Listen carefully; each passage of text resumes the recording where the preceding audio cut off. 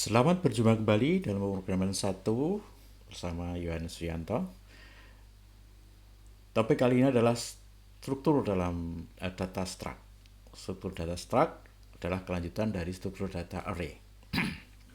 Struktur data struct agak lain dengan array tapi punya kesamaan, yaitu data dengan berisi banyak elemen. Kalau di dalam array elemennya bertipe sama, maka di dalam struct elemen itu bisa berbeda tipe. Setelah menyelesaikan topik ini, Anda akan mampu diharapkan memahami struct dalam C++, mendeklarasikan struct dalam C++, mendeklarasikan variabel bertipe array yang berisi struct juga dalam C++, membuat program menggunakan struct. Structure adalah koleksi data yang saling berkaitan dan memungkinkan tipe datanya berbeda. Tipe data structure dalam C++ disebut struct. Nah, struct adalah heterogen, artinya dapat berisi data dengan tipe yang berbeda. Sebaliknya, array adalah homogen, karena hanya dapat berisi data dengan tipe yang sama. Structure menyimpan data yang dimiliki bersama. Contoh, data mahasiswa. Ada NIM, nama, program studi, jenis kelamin, angkatan, alamat, dan lain sebagainya. Itu dalam satu kesatuan namanya data mahasiswa. Akun bank, misalnya berisi nomor rekening, nama, mata uang, saldo, dan sebagainya. Nah, itu adalah dalam satu kesatuan akun bank. Buku alamat berisi nama, alamat, nomor telepon, alamat kantor, alamat rumah, dan sebagainya. Nah, di situ ada dalam satu kesatuan buku alamat. Dalam aplikasi basis data, structure disebut sebagai record. Kemudian dalam tipe struct disebut field atau atribut atau member. Kalau di array disebut elemen, di sini disebut field atau atribut atau member.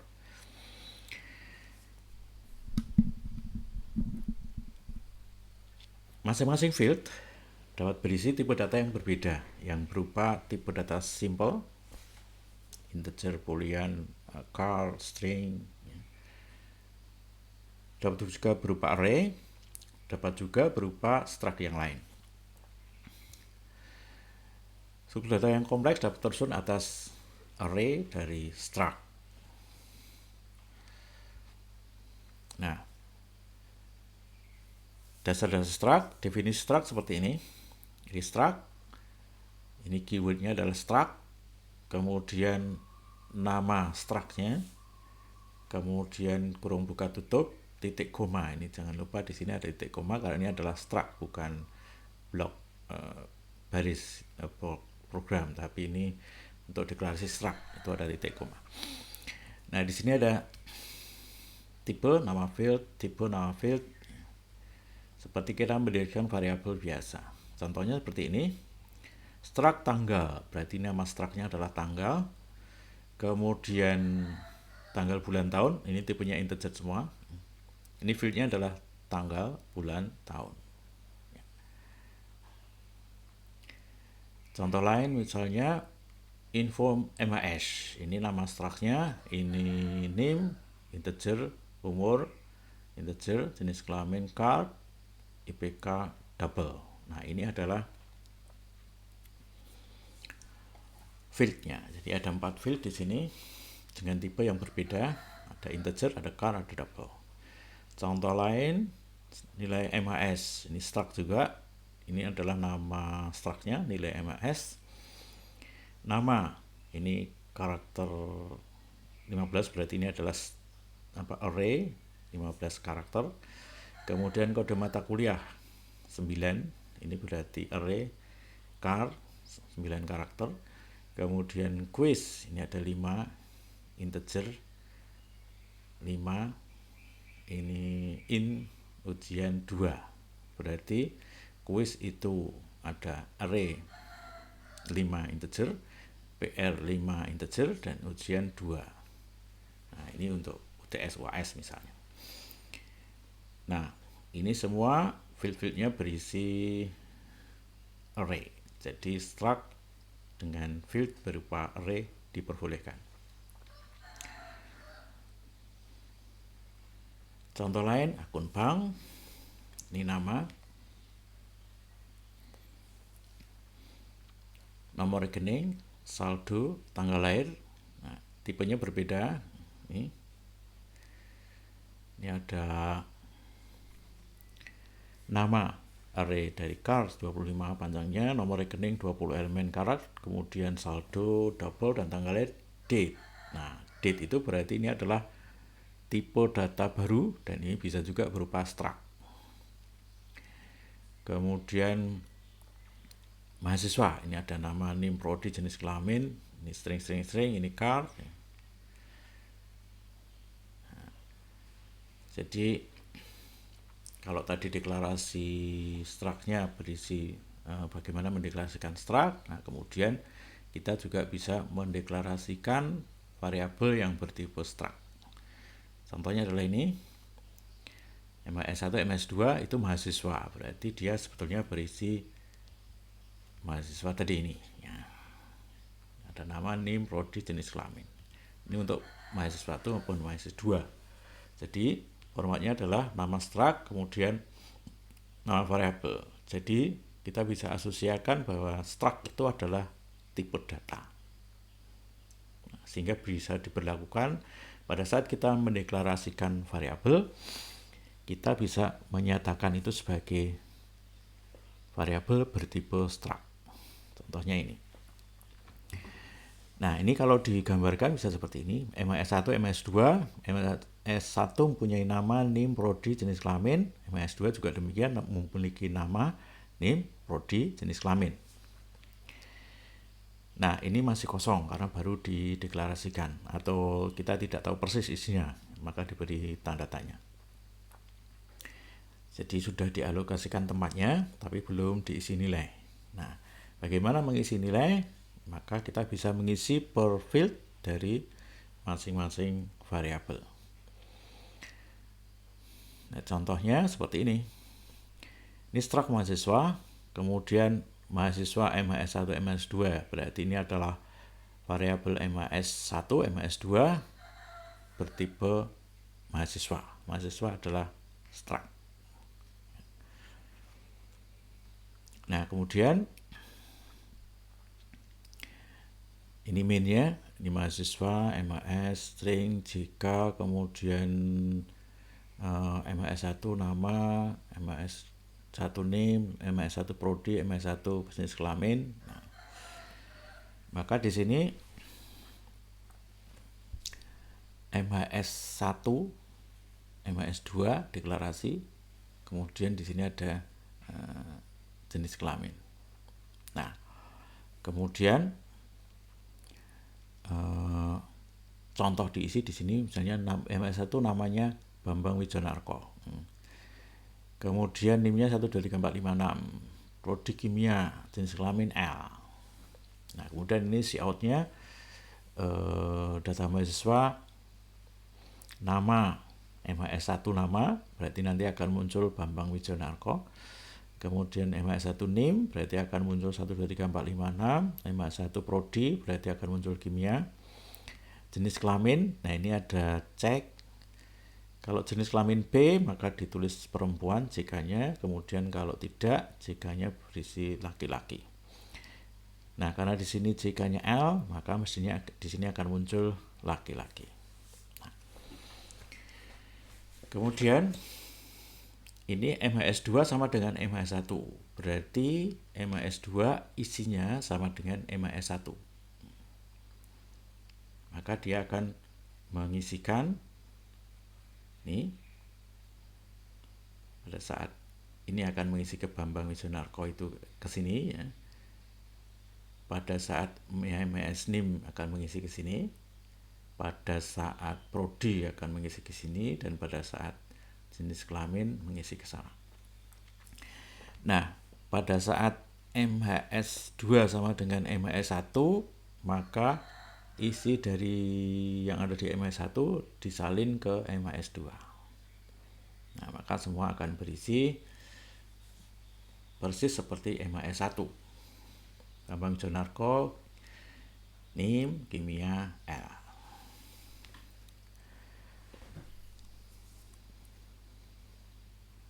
Nah, struk bersarang. Struk bersarang artinya struk yang di dalamnya berisi struk juga. Contohnya di sini struk titik. Berarti di sini ada titik. Isinya double eksi. Titik T, berarti T bertipe titik. Kemudian struk garis.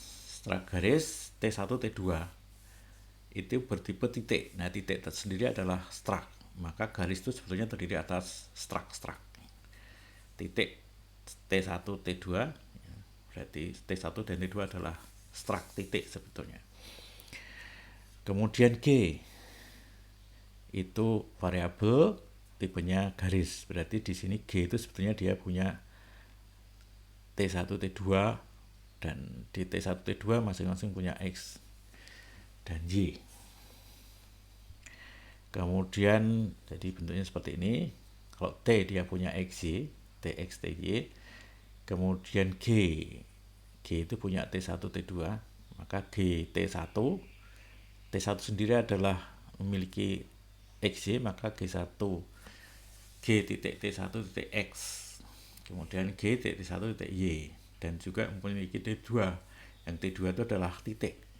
Sehingga G titik T2 titik X. Kemudian G titik 2 titik T2 titik 3 titik Y itu ya. Berarti dia akan memiliki titik itu.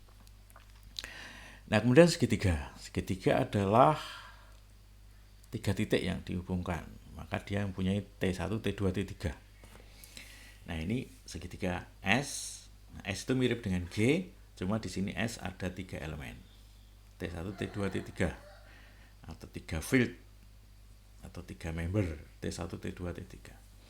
Dan masing-masing adalah titik. Nah, titik itu adalah T. T itu mempunyai titik itu adalah mempunyai XY.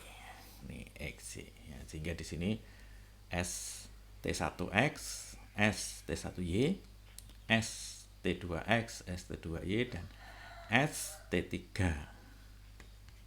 Karena titik X dan S T3Y.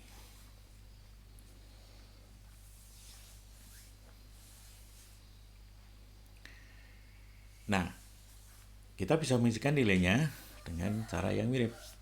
Pengisian nilai TGS seperti gambar ini misalnya TGS, T-nya titik, G-nya garis, S-nya segitiga sesuai dengan struktur yang tadi ya. Nah, kemudian diisi TX dan TY, TX-nya 4, TY 11, berarti dia akan seperti ini. 4, 11. Kemudian G, ini G itu garisnya. T1X 2, T1Y 7, ini 27. T2X, T2Y 10, 9, ini isinya. Kemudian S itu segitiga, S T1X, T1Y 20, ini. Kemudian S T2X, T2Y 65, itu ini.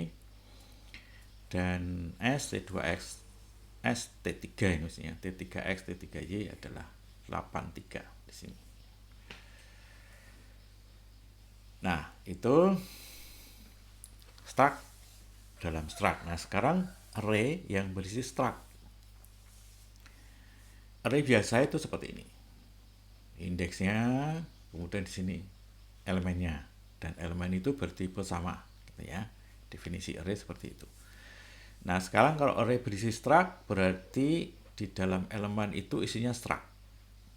Nah, seperti ini. Ya. Dan ini bertipe sama, artinya secara keseluruhan ini kan bertipe, misalnya ini mahasiswa. Ini mahasiswa, ini mahasiswa, ini mahasiswa, ini mahasiswa, mahasiswa. Berarti tidak menyalahi definisi array. Ya. Array isinya bertipe sama, atau elemennya bertipe sama. Nah, kebetulan elemennya bertipe struct. Nah, maka ini bisa diakses dengan cara seperti array, yaitu dengan menggunakan indeksnya. Jadi indeks yang di sini 0, 1, 2, 3, 4, 5. Untuk mengakses nama di sini, maka indeks 0 nama, indeks 1 nama untuk yang kedua, untuk yang ketiga ke sini indeks 2 nama. Yang terakhir di sini misalnya indeks 5 nama, ini untuk nama. Nah, sehingga bisa di contoh seperti ini, contoh aksesnya. Mahasiswa RMHS 6, ini berarti RMHS adalah bertipe array dengan 6 elemen dan masing-masing elemen bertipe mahasiswa. Mahasiswa adalah struct. Mahasiswa mempunyai field atau member, nama, NIM, prodi. Maka kita bisa mengakses yang indeks ketiga, yaitu seperti ini, array MHS 3, nama, NIM, prodi, jenis kelamin. Bisa kita isi sama-sama di sini. Nah, sehingga kalau tadi array berisi struct yang depan ini masih kosong misalnya, kemudian diakses yang ketiga di sini, maka array 3 nama akan mengisi indeks yang ketiga yang bagian nama. Array 3 NIM indeks yang ketiga yang bagian NIM. Kemudian array 3 prodi akan mengisi indeks yang ketiga bagian prodi. Kemudian demikian juga untuk jenis kelamin, itu akan mengisi ke array yang ketiga di sini, tapi bagian atau komponen atau elemen atau field jenis kelamin.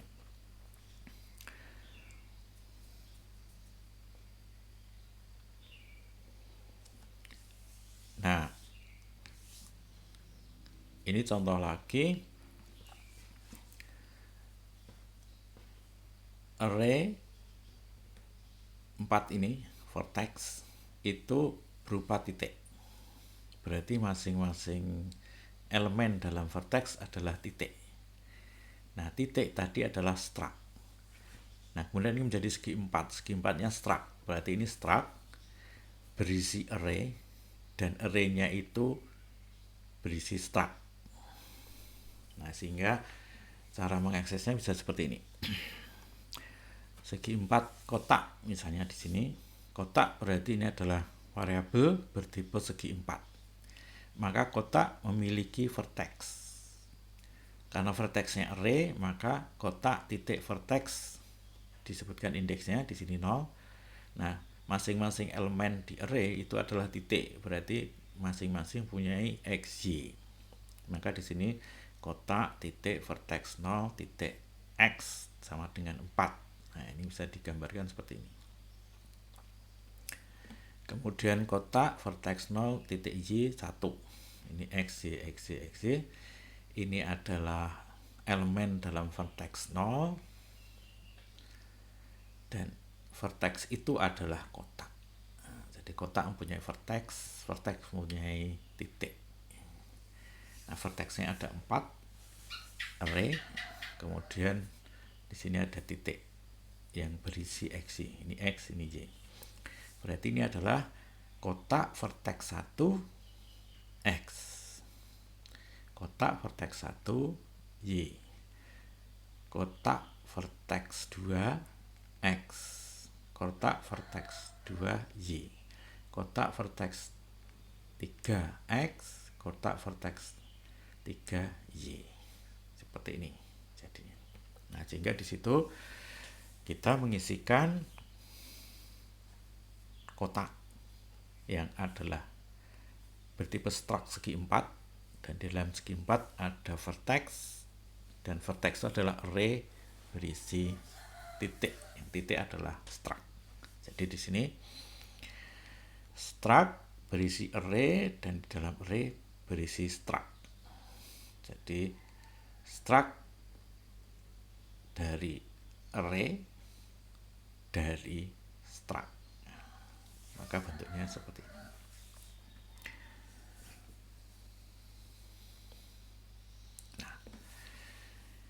Demikianlah untuk tipe data struct. Nah, kita bisa mengakses struct seperti kita mengakses array dengan menyebutkan, kalau di struct kita sebutkan nama fieldnya, kalau array kita sebutkan indeksnya, dan masing-masing akan mencapai elemennya. Jadi struct adalah tipe data yang berisi kumpulan data heterogen karena tipe datanya bisa berbeda, integer, string, array juga bisa, struct yang lain juga bisa.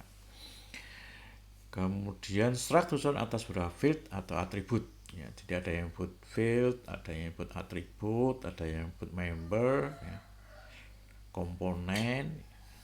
Jadi bagian dari struct. Setiap field memiliki tipe data sendiri yang dapat berupa tipe data simple, integer, bool, char, double, single, float, terus apalagi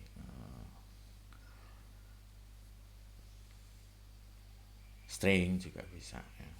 Kemudian ada array. Nah, array itu bisa array integer, array karakter, array struct, ya. Atau struct juga bisa.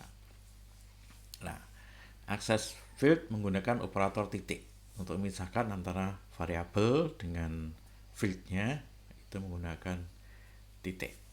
Nah, sehingga ada MHS1 titik nama, MHS1 titik prodi, MHS1 titik IPK, dan sebagainya. Itu adalah operator titik untuk memisahkan variabel dengan field atau membernya.